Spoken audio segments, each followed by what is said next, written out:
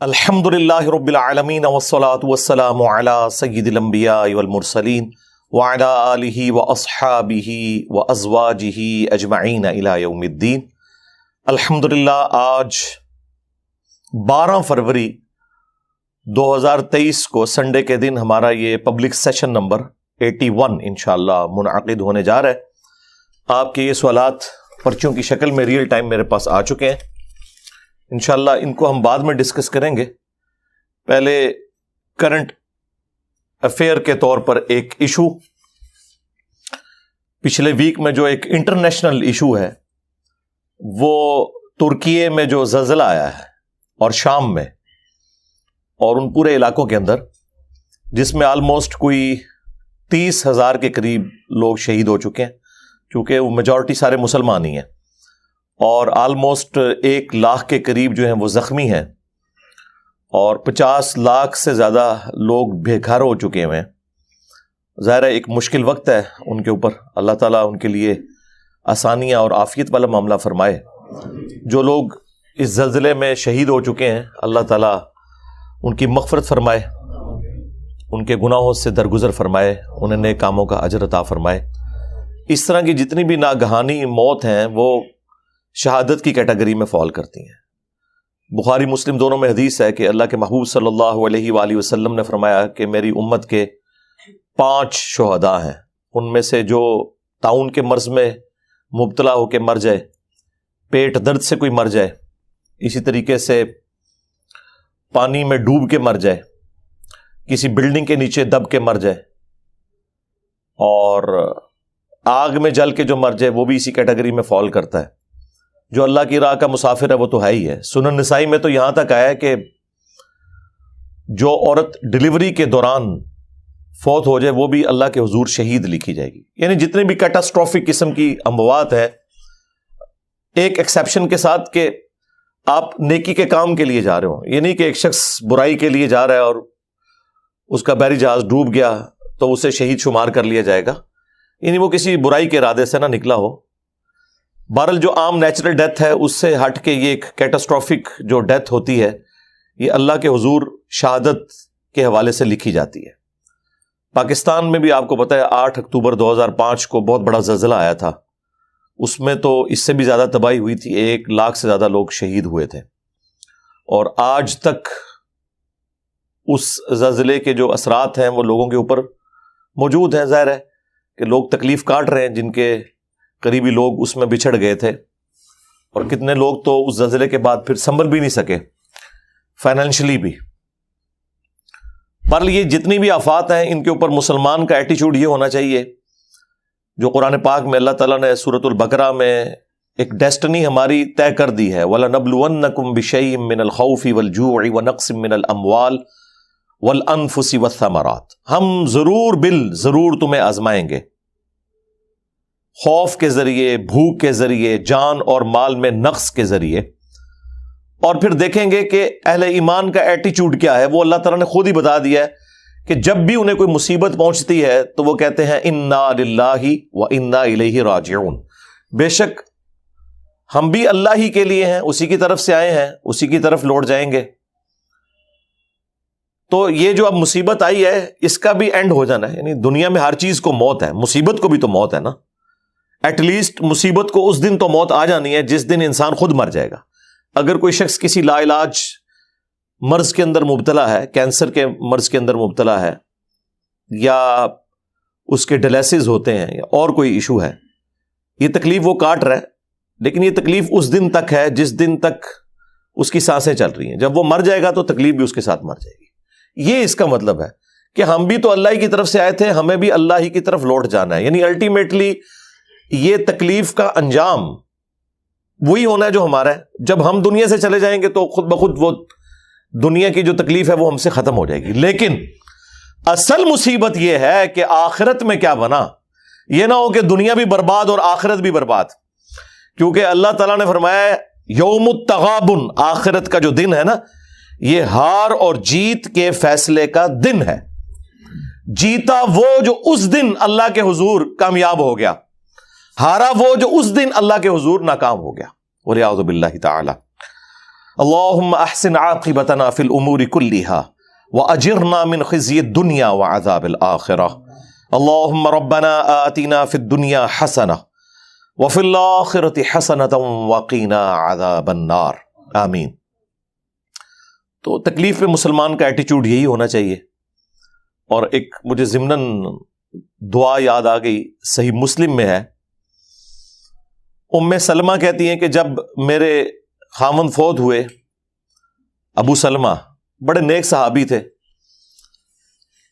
تو وہ کہتی ہیں میں بڑی تکلیف میں تھی، اور اس تکلیف کے عالم میں مجھے رسول اللہ صلی اللہ علیہ وآلہ وسلم کی تعلیم کردہ ایک دعا یاد آ گئی کہ اللہ کے محبوب صلی اللہ علیہ وآلہ وسلم نے فرمایا تھا کہ جو کوئی شخص مصیبت اور پریشانی میں یہ دعا مانگ لے تو اللہ تعالیٰ اسے اس غم میں بہتر نعم البدل عطا فرما دیتا ہے۔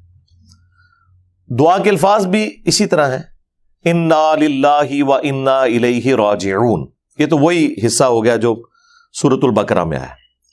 اس کے بعد اگلے الفاظ ہیں اللہم اجرنی فی مصیبتی واخلف لی خیرا منہا، یہ جھٹکے سے پڑھنا ہے، اللہم اجرنی، کیونکہ آگے حمزہ آ رہا ہے تو میم کو جھٹکے سے پڑھنا ہے، فی مصیبتی واخلف لی خیرا منہا، اے اللہ اس مصیبت میں مجھے اجر عطا فرما اور مجھے اس سے بہتر نعم البدل عطا فرما دے۔ ظاہر ہے اللہ تعالیٰ تو نعم البدل عطا فرما سکتا ہے۔ تو وہ کہتی ہیں کہ یہ دعا تو میں نے پڑھی، لیکن میں دل میں سوچتی تھی کہ میرے خامن جیسا تو کوئی رسول اللہ کے ساتھیوں میں ہے ہی نہیں ہے، مجھے اللہ تعالیٰ کس طرح کمپنسیٹ کرے گا؟ تو وہ کہتی ہیں جب میرے عدت کے دن پورے ہوئے تو رسول اللہ صلی اللہ علیہ وآلہ وسلم نے بنفس نفیس خود پیغام نکاح بھجوا دیا، اور وہ ہماری ماں بن گئی، ام المؤمنین سیدہ ام سلمہ سلام اللہ علیہا، اور یہ رسول اللہ کی بیویوں میں سب سے آخر میں فوت ہوئی ہیں 63 ہجری میں، واقعہ کربلا کے بھی بعد۔ واقعہ کربلا ان کی زندگی میں ہوا، انہی کے بارے میں وہ مسند احمد میں حدیث ہے، انہوں نے کہا تھا کہ عراقیوں پہ اللہ کی لعنت ہو، انہوں نے رسول اللہ کے نواسے کے ساتھ یہ کیا، اللہ تعالیٰ انہیں ذلیل و خوار کرے۔ تو ام سلمہ اس وقت زندہ تھی، اور ام سلمہ ہی کا بیان ہے المعجم الکبیر طبرانی کے اندر کہ میں نے حسین ابن علی کی شہادت پہ جنوں کو نوحہ کرتے ہوئے سنا ہے خود۔ نوحہ سے مراد آپ یہ پاکستان انڈیا کا نوحہ نہیں، یعنی مصیبت اور پریشانی کے وقت تکلیف کے ساتھ اپنی آواز کو بلند کرنا، لیکن اس میں کوئی چیخ و پکار نہ ہو، کوئی غلوب پر مبنی الفاظ نہ ہو۔ ویسے ہمارے علماء اہل سنت، حالانکہ یہ نوحہ عربی کا لفظ ہے، وہ ترجمے میں انہوں نے لکھا ہوا ہے کہ میں نے جنوں کے رونے کی آواز سنی۔ چلیں رونا بھی مان لیں۔ تو سیدہ ام سلمہ کو اس دعا نے نفع پہنچایا۔ اس دعا کو میں نے ڈکلیئر کیا ہے کہ مصیبت کی خبر کو خوشی میں بدلنے والی دعا ہے یہ۔ ظاہر ہے کہ اس وقت تو انسان محسوس کرتا ہے نا، وہ تو سورۃ البقرہ میں اللہ تعالیٰ نے فرمایا کہ قریب ہے کہ جس چیز سے تم کراہت کرتے ہو اس میں تمہارے لیے خیر چھپی ہوئی ہے، اور قریب ہے کہ جس چیز سے تم محبت کرتے ہو اس کے اندر تمہارے لیے شر چھپا ہوا ہے۔ اللہ جانتا ہے اور تم نہیں جانتے۔ یہ اسپیسیفکلی تو جہاد اور قتال کے کانٹیکسٹ میں تھی، لیکن یہ جنرل رول ہے کہ بعض اوقات انسان کو وقتی طور پہ کوئی ایک بڑا صدمہ پہنچتا ہے، لیکن الٹیمیٹلی بعد میں آنے والا وقت بتاتا ہے کہ یہ اس کے لیے خیر ہی تھا۔ مثلاً جو لوگ تکلیف میں مبتلا ہو کر اللہ کی طرف آ جاتے ہیں، کسی کا جوان بیٹا فوت ہو گیا، کسی کی ماں فوت ہو گئی، کسی کی بہن فوت ہو گئی، کسی کا بھائی فوت ہو گیا، اس کے بعد وہ اللہ کو سیریس لینا شروع کر دے اور اپنی آخرت بنا لے، تو بظاہر جو وہ تکلیف تھی اس کے لیے ہمیشہ کی کامیابیوں کی نوید بن کے آ گئی۔ اور یہ تو سورہ السجدہ میں بھی موجود ہے کہ ہم دنیا کی زندگی میں بھی تمہیں تھوڑی سی تکلیف دیں گے تاکہ تم اللہ کی طرف پلٹ آؤ۔ یہ اللہ تعالیٰ کا رول ہے۔ جب سب کچھ ہیپی ہیپی چل رہا ہو نا تو انسان کو خدا کی ضرورت نظر نہیں آ رہی ہوتی۔ انسان جب تکلیف میں آتا ہے اسی وقت انسان کو محسوس ہوتا ہے کہ اللہ میری ضرورت ہے. تو یہ اللہ تعالیٰ نے دنیا میں تکلیف کا سلسلہ اس لیے رکھا ہے. بہرحال بعض اوقات عذاب الہی بھی ہو سکتا ہے، لیکن آج کی ڈیٹ میں وثوق کے ساتھ تو ہم کسی بھی ایکٹیویٹی کو عذاب سے تعبیر نہیں کر سکتے. ظاہر ہے ایک غیبی خبر ہے، میں بھی عذاب ہو، میں بھی یہ آزمائش ہو. لہذا آج کی ڈیٹ میں جو محتاط رویہ یہی ہے کہ اس قسم کی جتنی بھی تکلیفیں آئیں آپ ان کے لیے یہی کہیں کہ اللہ کی طرف سے آزمائش ہے. ورنہ تو انسان اپنے مخالفین کے لیے سمجھتا ہے کہ ان پہ اللہ کا عذاب آ گیا ہے، اور اپنوں کے لیے سمجھتا ہے کہ یہ آزمائش ہے. میرا خیال ہے کہ یہ سب کچھ آزمائش کی کیٹیگری میں ہی فال کرنے میں عافیت ہے، اور اس سے ہمیں لیسن لرن کرنا چاہیے. اس قسم کی جو بڑی اموات ہیں وہ پوری انسانیت کے لیے ایک ڈیٹرنس ہے، ایک تنبیہ ہے کہ اس دنیا میں آپ نے ہمیشہ نہیں رہنا، سب نے مر کے اللہ کے حضور پیش ہونا ہے. یہ اصل میں اس سے ایک لیسن ہے. اکثر لوگ یہ پوچھ رہے ہوتے ہیں جی وہ چھوٹے چھوٹے بچے مر گئے جی ان کا کیا قصور تھا، کتنے جانور مر گئے جی ان کا کیا قصور تھا، زلزلے میں مر گئے، سیلاب میں مر گئے، ٹورنیڈو میں جو ہے وہ اٹھائے گئے، ان کا کیا قصور تھا. تو یہ صرف علم کی کمی کی وجہ سے، ورنہ اگر آپ کے پاس تھوڑا سا بھی اسٹیٹسٹیکل ڈیٹا موجود ہے اور آپ انالیسس کرنا جانتے ہیں تو آپ کے علم میں یہ بات ہوگی کہ روزانہ 1 گھنٹے میں 6000 لوگ نیچرل ڈیتھ مرتے ہیں. اتنے بندوں نے روزانہ مرنا ہی ہوتا ہے. 24 گھنٹوں میں 1.5 لاکھ، یعنی ہر 24 گھنٹے میں 1.5 لاکھ لوگ مرتے ہیں. 24 گھنٹے میں 1.5 لاکھ سیکنڈ نہیں ہوتے، 1 لاکھ بھی نہیں ہے سیکنڈ. یعنی ہر سیکنڈ میں آلموسٹ آپ سمجھ لیں 2 بندے مر رہے ہیں. لیکن چونکہ وہ پوری دنیا کے اندر مر رہے ہوتے ہیں، وہ ڈیٹا ایک جگہ اکٹھا نہیں ہوتا. تو اگر 1.5 لاکھ بندہ روزانہ مرتا ہے تو اس میں سے آلموسٹ سمجھ لیں 30 سے 40 ہزار تو مسلمان ہوتے ہیں، کیونکہ دنیا کی جو اوور آل آبادی ہے اس کا 4 یا 5واں حصہ تو مسلمان ہے نا. تو اتنے لوگ تو ویسے ہی روزانہ مر جاتے ہیں، لیکن چونکہ اسکیٹرڈ فارم میں مرتے ہیں لہٰذا ہمیں فیل نہیں ہوتا. کبھی کبھار کوئی مسجد سے کسی کی فوتگی کا اعلان سنتے ہیں تو پتہ لگتا ہے کہ اچھا کوئی بندہ مرا، ورنہ روزانہ 1.5 لاکھ بندہ ویسے ہی مر رہا ہے. تو اس قسم کی جو یکمشت اللہ کی طرف سے ایک ڈیتھ والا ایک سمجھ لیں الارم بجتا ہے نا، وہ پوری انسانیت کے لیے ایک الارم ہوتا ہے کہ تمہیں کسی نے اس پلانٹ ارتھ کے اوپر حالات و واقعات دے کر بھیجا ہے، اور الٹیمیٹلی اس نے تمہیں اپنے پاس بلانا ہے. آن دا ڈے آف ججمنٹ تمہیں اللہ کے حضور اکاؤنٹیبل ہونا ہے. تو سدھر جاؤ. میں اکثر کہتا ہوں کہ ایک گلی میں ہونے والی ٹریجک ڈیتھ ایک محلے کے لیے عبرت ہے، ایک محلے میں زیادہ ڈیتھس اس سٹی کے لیے عبرت ہے.